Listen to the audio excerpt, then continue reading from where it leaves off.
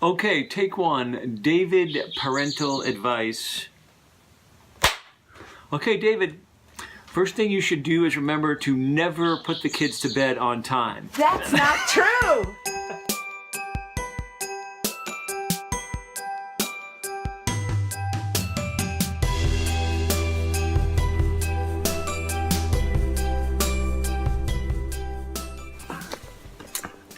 Hi, David. They asked me if I could give you some advice about parenting, and the one thing I would say is you are in for the ride of your life. And not really advice, you kind of just learn as you go. Try everything once, see what works, what doesn't. The one thing I wasn't ready for is diaper changing. Yeah, I don't even know what to say about that. And it doesn't matter if you're having a boy or a girl, it is really tough. So one thing I'd like to do, besides just giving you advice, I want to give you something because I know this helped me with both of my kids changing diapers. I think with this, you're going to be just fine. If you need anything else, you let me know. Good luck. Hey, David, come with me. I got to show you something really important. This room here is maybe one of the safe havens that you're going to learn to experience. I hope more as you become a dad. By laying down the proper smells, you will provide a defensible space that maybe will actually work to give you some privacy while you're in here. Although I really wouldn't bet on it because your kids will magically show up at the door the moment you get in here. But seriously, I was thinking a lot about, hang on for a second. Okay, I was thinking a lot about,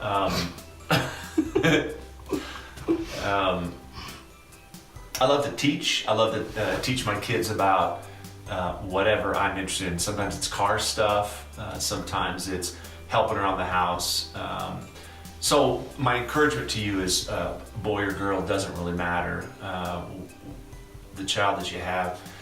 Just spending time with them over stuff that you're interested in will be some of the greatest memories they have of you as a dad. So it can be outdoor stuff, activities like maybe riding a bike or exploring, and it can be real practical stuff like how to fix a toilet or change the oil on a car. So just love your kids and invest in them, and those memories will be precious that you'll have together. So anyway, I'm gonna get started, so we'll see you later. Oh gosh. Hey David, so welcome to fatherhood. They asked me to give you a couple of pieces of advice and make a video and send it to you, but two things I got for you. One is learn how to fake sleep. Here's what I mean. So when the kids get a little older and they sneak into your bedroom or they cry their way into the bedroom, the less you react, the better, because the first person to react is the one that normally has to get up. So learn how to fake sleep and it will serve you well, my friend. But on a serious note, man, the best advice I got for you is with your kids, and this will come natural to you because of who you are, but with your kids, spend time with them. The more quality time you spend with them, the better. And get to know your kids for what their likes are, not what you want them to be. But that's it, man. Welcome to fatherhood. Hey, David. So, you're going to be a new dad. And that means that at least once in the first year, your little child will vomit in your mouth.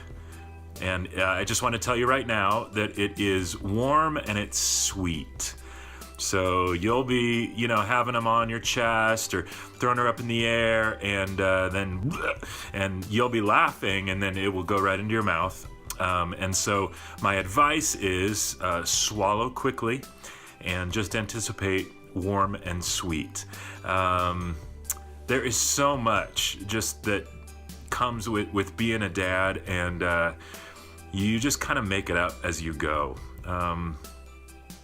I really do believe that one of the hugest things is just to cherish every single moment. I mean, hug and hold and communicate the love that you have for them. just as often as you can. I don't think that there can ever be too much communicating your love. I would just say when it comes to parenting, probably my favorite thing, just as a summary for parenting, is just to really shepherd your child's heart more than anything else, than teaching them this or that or equipping them with this or that. I mean, there's all a time and place for that, but I think the most important thing is just to remember that there's a heart and a soul in there that God is very much interested in. That is a God that loves that little baby even more than you will. And so just to kind of shepherd the heart, get to their heart, allow God to shape their heart. You do as much as you can to make them aware of their heart and their soul, and God will kind of take care of the rest. You two are going to be phenomenal parents. I know it, and I'm already praying for you guys and your little one that is to come. So enjoy every moment. When they hand that little baby to you, you usually get to hold the baby first. The baby comes out and slimy and looks like an alien, and I felt like I was gonna break my baby. I hadn't held many newborns, and but that first minute that you get to hold your newborn and your hands touching their warm, slimy little body, you recognize real quick that they're a lot stronger than you think, and that God has ordained before the foundations of the earth were laid for you to be that little kid's dad.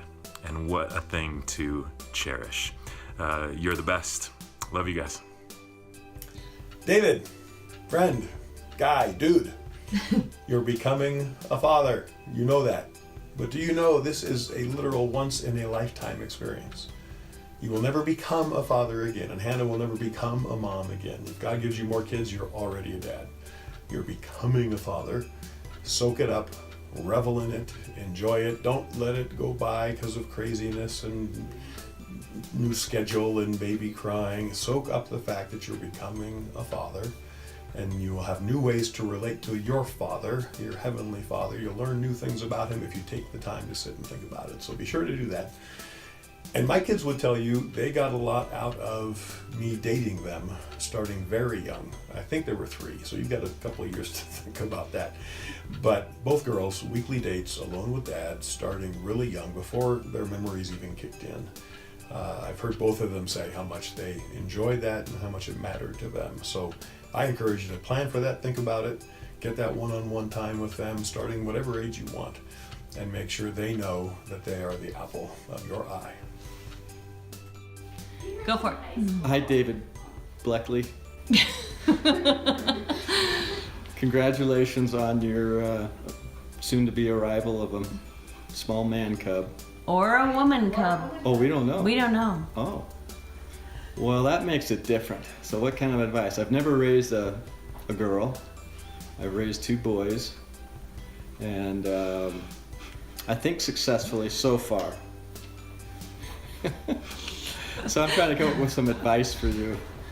And I'm kind of at a loss, but I'll start kind of with my 2 cents spiritually. But it's not the teaching of the things. I think the number one thing is to walk in the Spirit daily. Your kids will notice if you're the real deal or not. Mm-hmm. And you can tell them all that you want, but they're not necessarily listening to the words. So I would suggest that you really walk with the Lord each day, keep short accounts with your God, and that will affect your relationship with your wife and your children, probably the most dramatically. There's no abracadabra and there's no 10 points to perfect parenting. It really comes down to your walk with the Lord. And so that's my spiritual stuff, I guess. But as far as raising a boy or a girl, I would say, boy, just spend good time with them. And I don't think it has to be the quality time that it's taught, but it's just spend time with them, and I guess that they have your attention and that you're not preoccupied like I am so often. But you'll be a great dad. That beard might be a little tricky for hugging kids. I don't know if they're gonna like that. So you have to consider that. A short top beard is not good either because it's very bristly and that can scratch. So maybe something halfway between what you have right now. It's just a thought. I don't know. You probably can't find that in a book either. So. No. But that's, you want your kids to want to be close to you, and if they're starting to do this with you, that beard's probably just gotten a little unruly. So, okay, that's all I got. That's perfect. See ya. Okay, David, here's the real deal. I really was supposed to have the kids to bed on time. I just didn't do it, sorry. Okay, the real deal. Inside here, in a most likely place, Psalms, Proverbs, Ecclesiastes,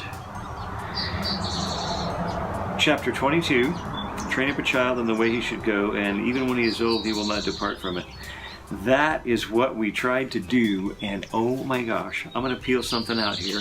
It's been stuck inside here for many years. And I'm going to read it to you.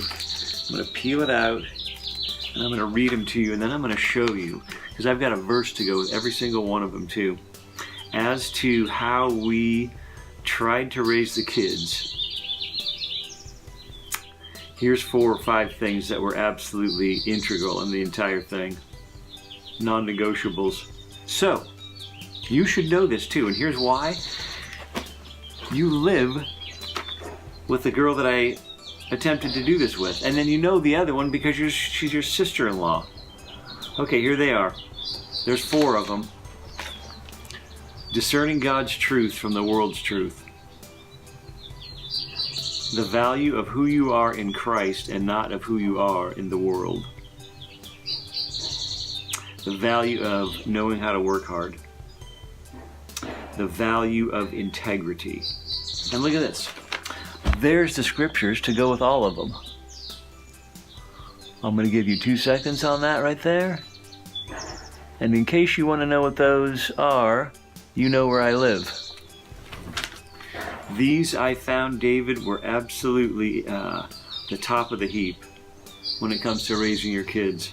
So I can't wait to see it all happen, and know that I will try my very best to apply all of these to you and Hannah's new baby. Preach it!